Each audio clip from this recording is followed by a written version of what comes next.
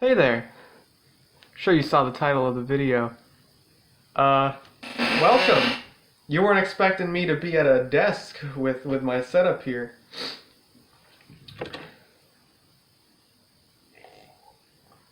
It's just water. There's no tea in there. But yeah, I got dressed up for this video, so you fuckers better watch it, I swear to God. Levi, thanks to you, I'm doing this video. I kind of got a little caught up in all of this, so you're probably wondering, no, this notebook is not for show. I have some light notes, because I'm not going to spend all fucking day reading out exactly the premise and exactly what happens, because some of these are like 40 fucking chapters long, or more, and some of them are still ongoing, so there's no really way to get to like the end of those unless I just get to the latest chapter, and then you guys are also left on a cliffhanger. But I don't want to do that. Anyway, let's get right into the meat of this video. This is my top 10 Yuri. Now some of these I put on this list because I like them just a teensy bit more than other ones. There are ones that I would have put on this list, but I didn't want to go through the trouble of making an honorable mentions because that would have taken too long. And also I'm not good at editing, so all of these pictures are on my Kindle, and I'm going to prop them up. You can't fucking see them at all. There we go. With it, you know what? Let's just start right here. Number one, this right here. This is Blue Friend, and I've got some notes here on Blue Friend. And what I'm gonna do is for this video, I'm going to explain either the first chapter, the whole thing because it's a one-shot, or key points that play into the story. Now the first one here, Blue Friend, this is like a sad one, and I know how you guys know I don't really like sad things all too often, which, you know, of course I don't. No one likes to be sad, really, unless you're watching like a sad movie. I should probably look into the camera, it'd make more sense, right? Anyway, I've got some keynotes, but I should put, because I don't know some of my subscribers, so I know you guys might, you know, in the event, have a problem with one of the plot points of this, and so I'll just get it out of the way now. So, let's start this. So I've got some notes here. So we have our main character who, it's like her first year in high school or whatever. That's going to be the premise of like a lot of these, because it's Yuri. And a lot of them take place in high schools. But Ayumu here, she falls in love with Tsukishima, and Tsukishima here, now, she's just kind of widely renowned as a huge bitch because she's kind of cold and unfeeling, but the reason that is, I'll get into in a second. So, Ayumu here, she's our heroine for this, essentially. She's our main character, and what happens is she wants to become friends, right? Because that's how a lot of these are going to start, with the whole friendship arc. And that does happen to a certain extent. You know, they start bonding, getting closer to each other. She defends her from a couple bullies who are being cunts, because they're bullies. But, anyway, to that main plot point I said that I would have to put a trigger warning in front of. Tsukishima really hates men.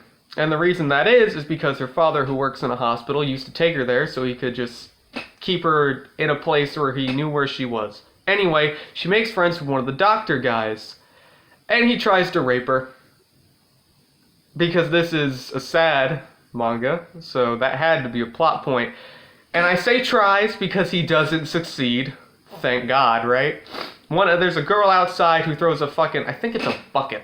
She throws a bucket through the window, and he gets caught, because he's a fucking piece of shit. And he gets caught by his fiancée, nonetheless. Which, well, it sucks to be her. You almost got married to a fucking pedophile. Good on you.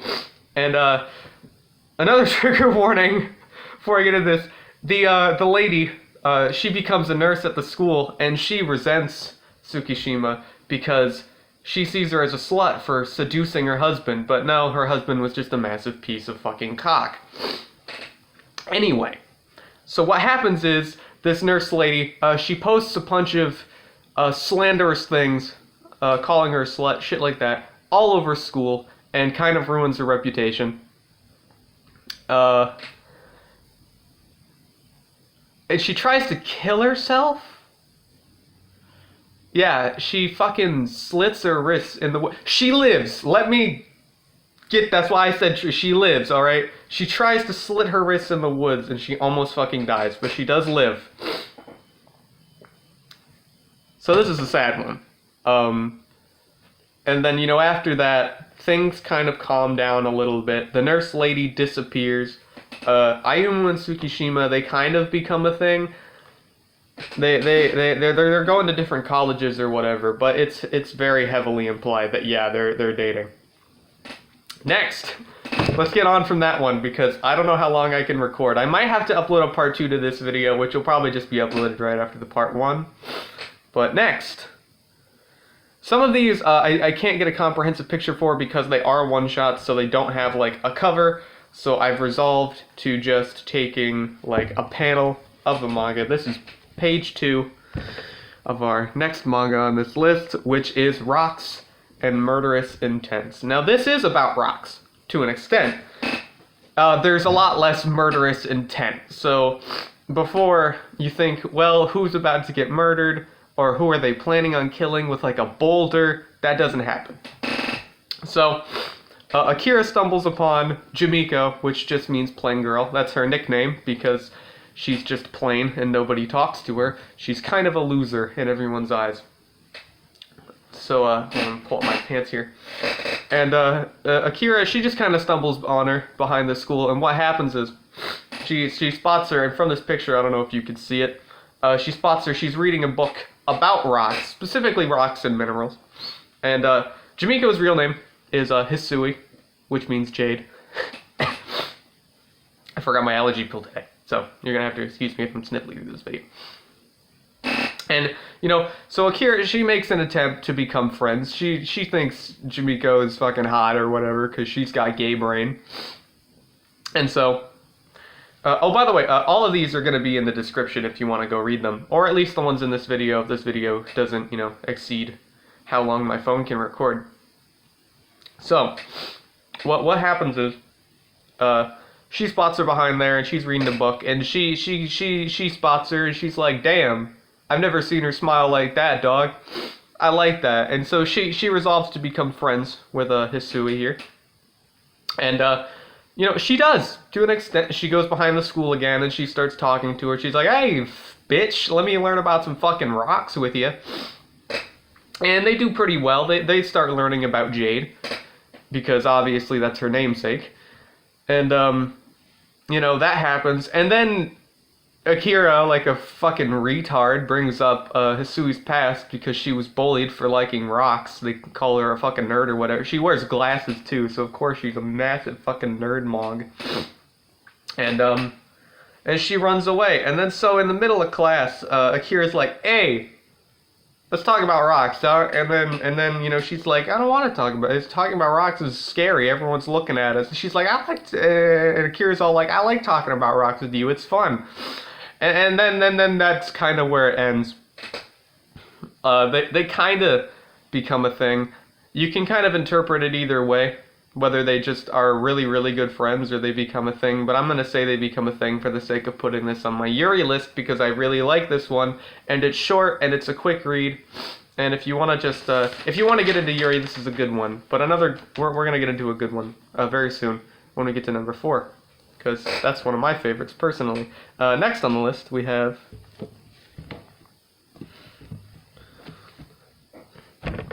Cotton Candy. I don't know, I'll move that closer. Can you see that? There you go. You can see that better. This one's Cotton Candy. And what this is about, I got my notes here. So, Mi here, she rides the same bus as Hinako. And she's been content just sort of watching her. From like a seat over or whatever because she's creepy. No. And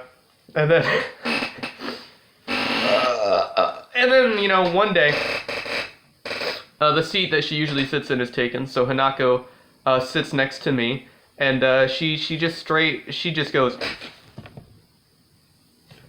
passes out on that bitch. She falls asleep, and so because Mi is so well versed in the ways of Hinako on the bus, she knows her stop. So she wakes her up at her stop, and Hinako says thank you, and she leaves. And after that, Hanako goes up to her and speaks to her in school, shit like that. They become friends, and then gay things ensue because Mi falls in love, but Hanako kind of instigates it by sort of inviting her to be her girlfriend. I should probably mention Hanako has an ex-boyfriend. That didn't pan out. He gets brought up in the story again because he says them holding hands is kind of gross. Fuck that guy. And that breaks them apart because Mi gets a bit spooked because she thinks like that's just gonna keep happening.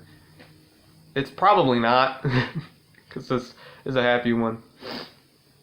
And so that kind of drives them apart a little bit, and then Mi gets sad, and Hanako gets sad, and then they make up or whatever, and they become an item. And the nice part about this one is that it only had 3 chapters for a while, and then randomly it got an epilogue, so that it's like them and they're older and they're still together. So if you like conclusive endings, I'm sorry, I'm wiping my head off to see if I can get my hair a little straighter. But if you see any hair falling out, that's what that is. Anyway, that's that one. That's Cotton Candy. It's very short, very sweet, like the lifespan of cotton candy. Next up, one of my personal favorites again, though it is number 7. Some things do beat it out. We got Tadakoro-san here. We'll move that closer so you can actually focus on that. That's this one.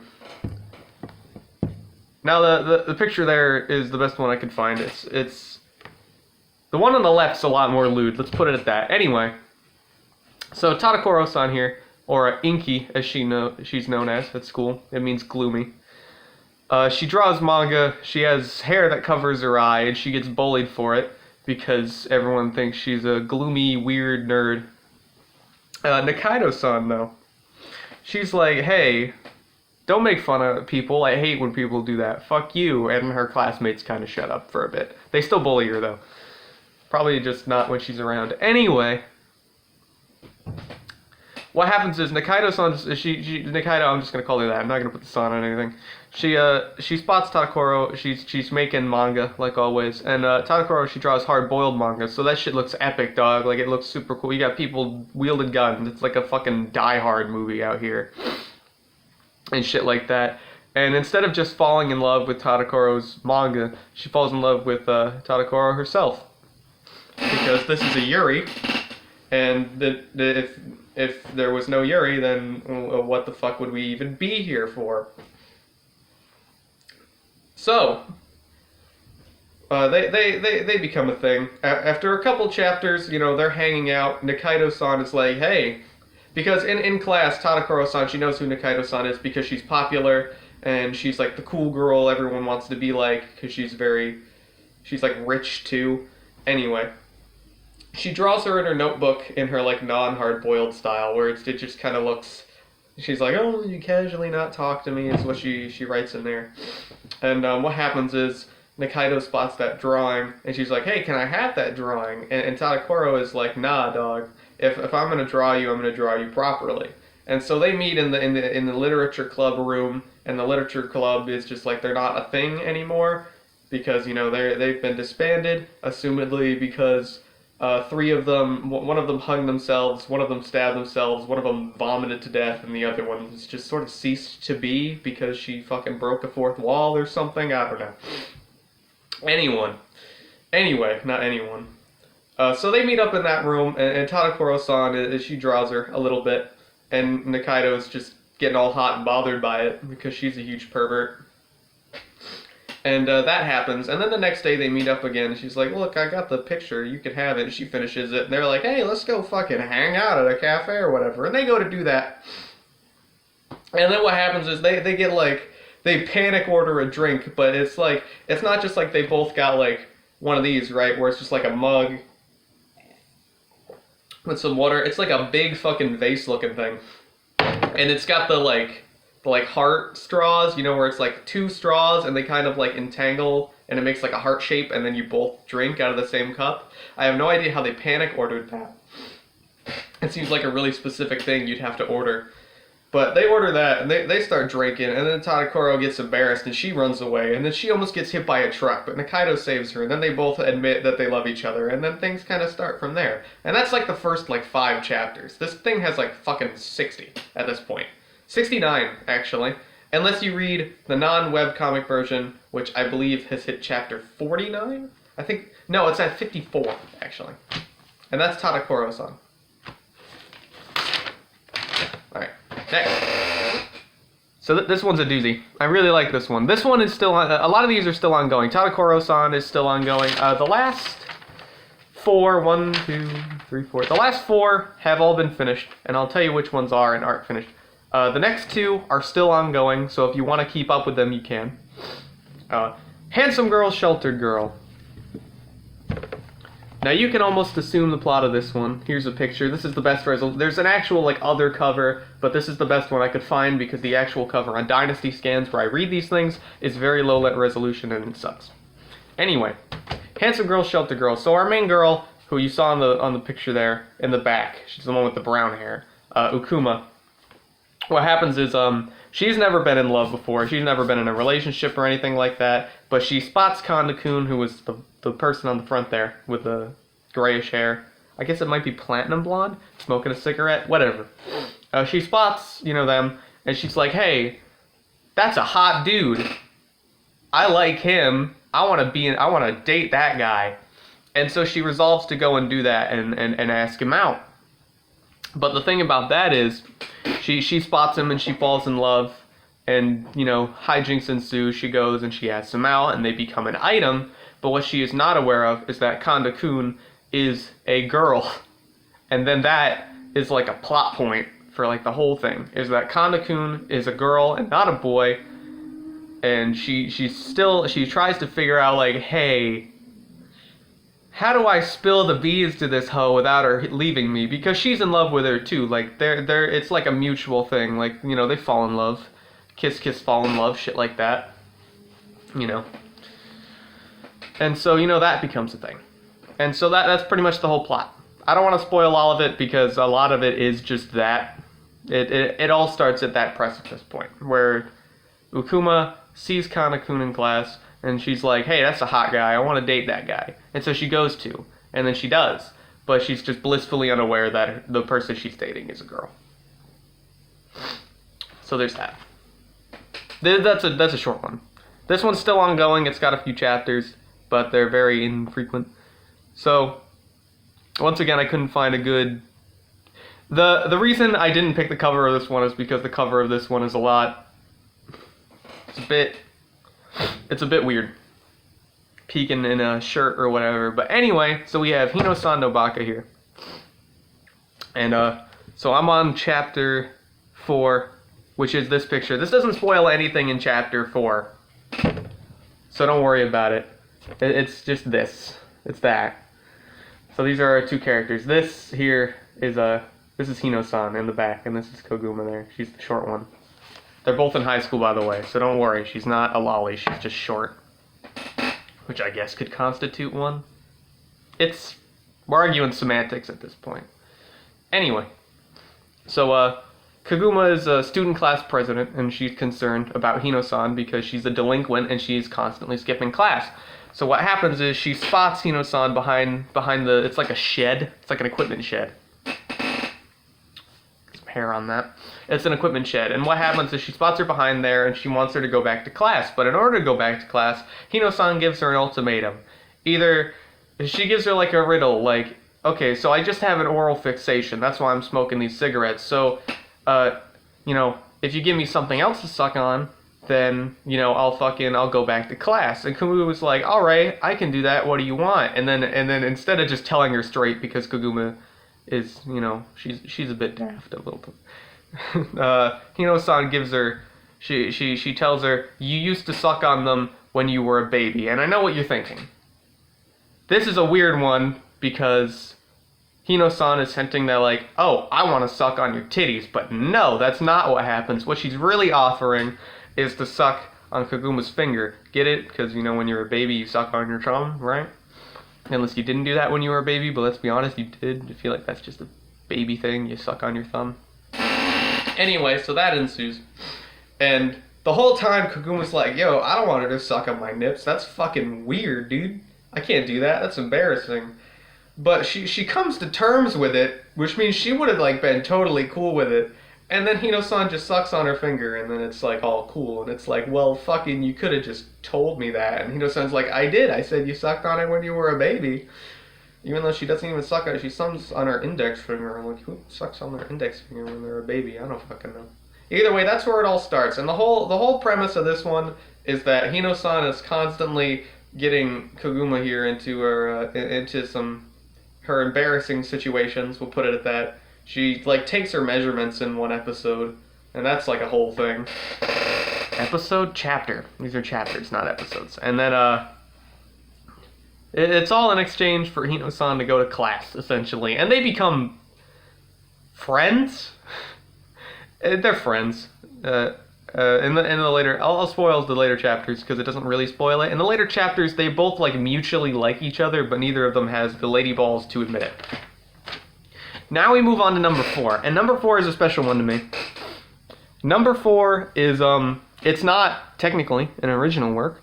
It is based in fan fiction, fanon, and it is fucking. It's got a long ass title, Konohana Sakuya Hime, which I'm not gonna bother translating for you, but it is this one right here.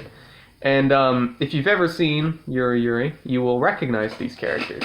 Yuri was one of the first full-on actual Yuri animes that I ever watched, and I liked the dynamic of a few of the characters. And I had watched this show before. If you don't remember, I explained it. No Nut November is when I started reading Yuri in order to avoid temptation, and it kind of worked.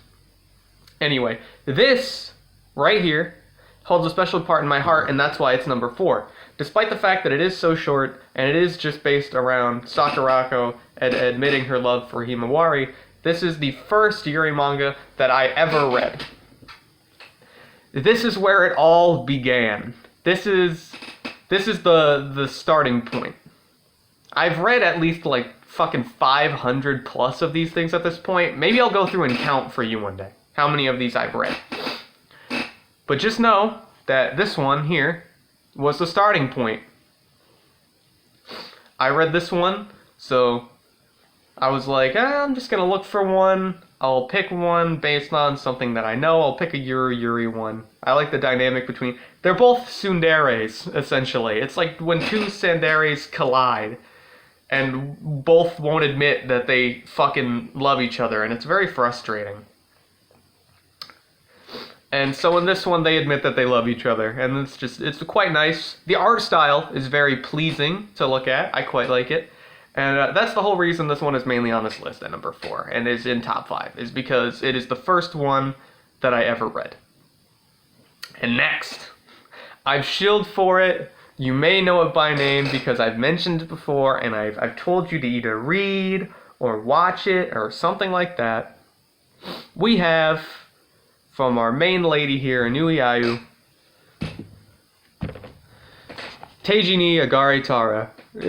If you didn't think this one was going to be on the list, I can't forgive you because you should have seen this one coming. I've shilled for it before. And I fucking love this one. Let me get that straight. This is top tier Yuri. The art style in this is fucking beautiful. It's fluffy to look at, alright? It gives you feelings. And the whole point of this one, the whole plot, is Yukawa, she works in an office space and she's at her desk or whatever. And they're getting ready to leave for the day. And Mizuki, who is our second heroine, she's long hair, I should mention. She's long hair, and fucking Yukawa is short hair here.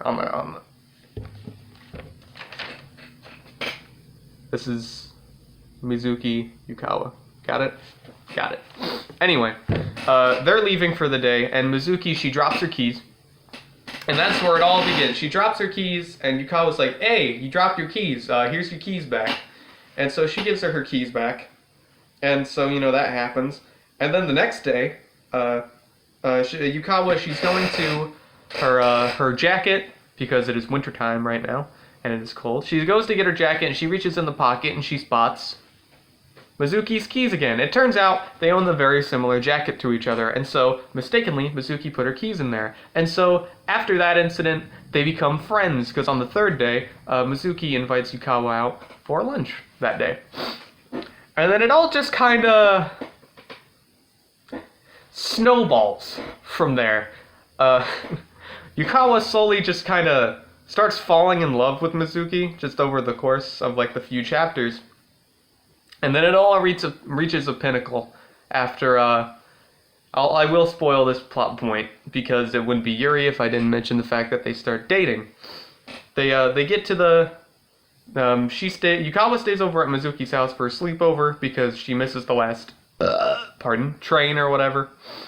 And so she stays over and they wake up in the morning and they go out to, Mizuki's favorite cafe. It's called Morning. And they're chilling there, and they're eating, and Mizuki brings up, like, I've never told anyone about this place. I wonder why I wanted to tell you about it. And then Yukawa is just like, hey, I'm kind of, like, in love with you. And then she's like, you know what? Never mind. Just forget what I said. And then literally, like, the next fucking panel, she comes back, she's like, actually, don't forget what I just said. I'd like you to ponder it. And then for the next few chapters, Mizuki is like, well, fuck. She's in love with me? Shit, dog. I didn't expect it. Didn't see that coming, did you? And then that's where the whole plot begins, really. Is she realizes that Yukawa's in love with her. And that's where that begins. I won't spoil any more than that because there's about 29 or 26 chapters right now.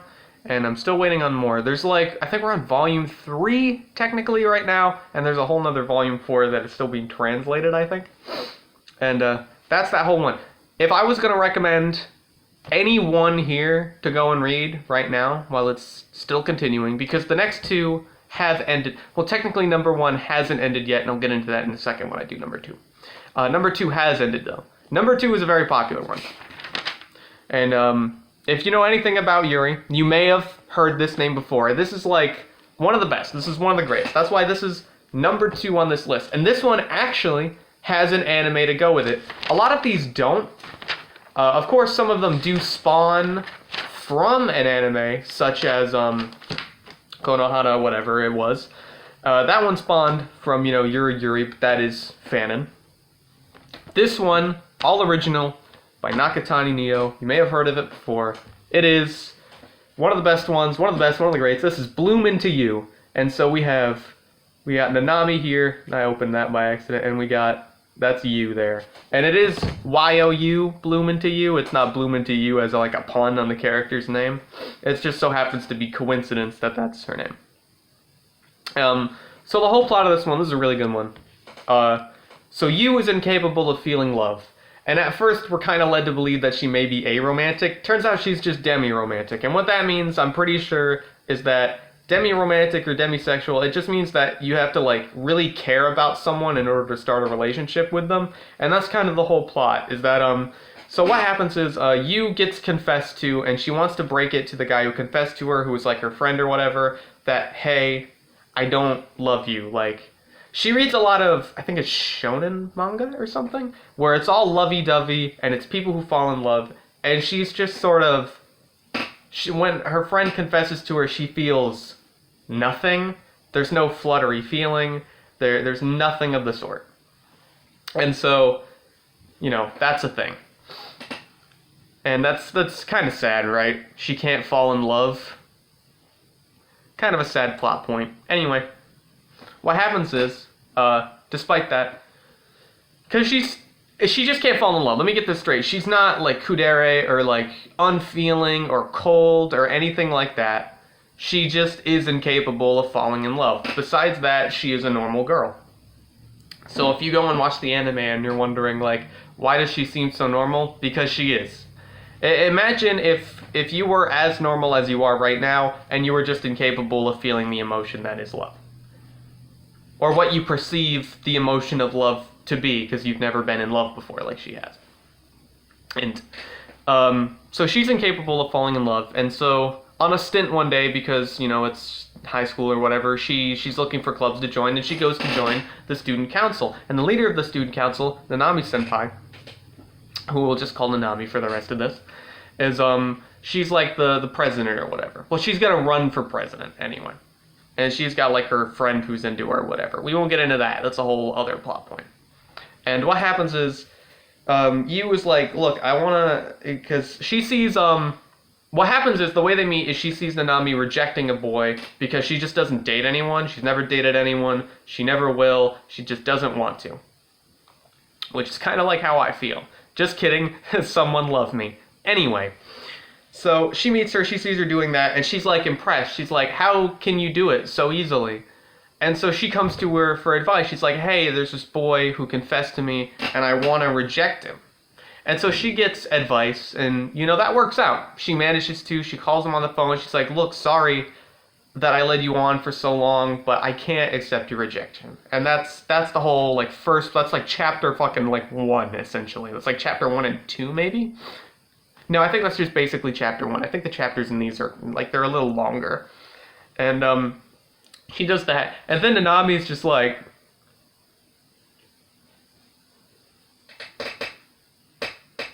I love you. Nanami falls in love with you because you can't fall in love. And that's fine to her. She just wants something that she can love with no chance of it falling in love with her. Basically, the dichotomy is you can't fall in love, and Nanami doesn't want someone to fall in love with her. And so it's like a, you know, like those fish that feed off the whale, like barnacle bullshit? It's kind of like a symbiotic relationship for the both of them. But that relationship kind of comes to a head, is the thing. Is that, you know, as I mentioned before, is that Yu is capable of feeling love. She just really has to, like, care about the person first, essentially. And so what happens is just that. The whole story and plot arc, really, is mainly about Yu coming to terms with the fact that she is, despite how much she doesn't want to because she wants Nanami to keep liking her, she is gradually, over time, falling in love with Nanami. And that's the whole point, is that that's like the whole arc, is that she's falling in love with her despite the fact that she either doesn't notice or doesn't want to notice. And that's the whole thing. I won't spoil any of it in case you... The anime is not the whole, like, thing, by the way. It's not the whole manga. If you want to watch the anime, I think it ends at, like, an aquarium. That's, like, the final episode. And then from there, I guess you could find the aquarium one and just go from there in the manga if you wanted to, but I'd suggest you just start with the manga, and if you want to watch the show, you can. Anyway. So, we get to our number 1 spot. This video is 32 minutes. This is going to be, like, the longest video I've ever uploaded, actually, isn't it? Is this top 10? We come to our final one, and this is number 1. This is our number 1 spot. And this one is my, indeed, all-time favorite. It holds a special spot in my heart because, like Konohana, it is one of the first ones I ever read. This is like the first chapter one I ever read. And I mentioned before that number 1 has ended but is ongoing. And what I mean by that is that the first one, which I'll pull up now, this might be the picture for the second series. So we have, that's Kase-san there, black hair, and Yamada, who's the blonde one.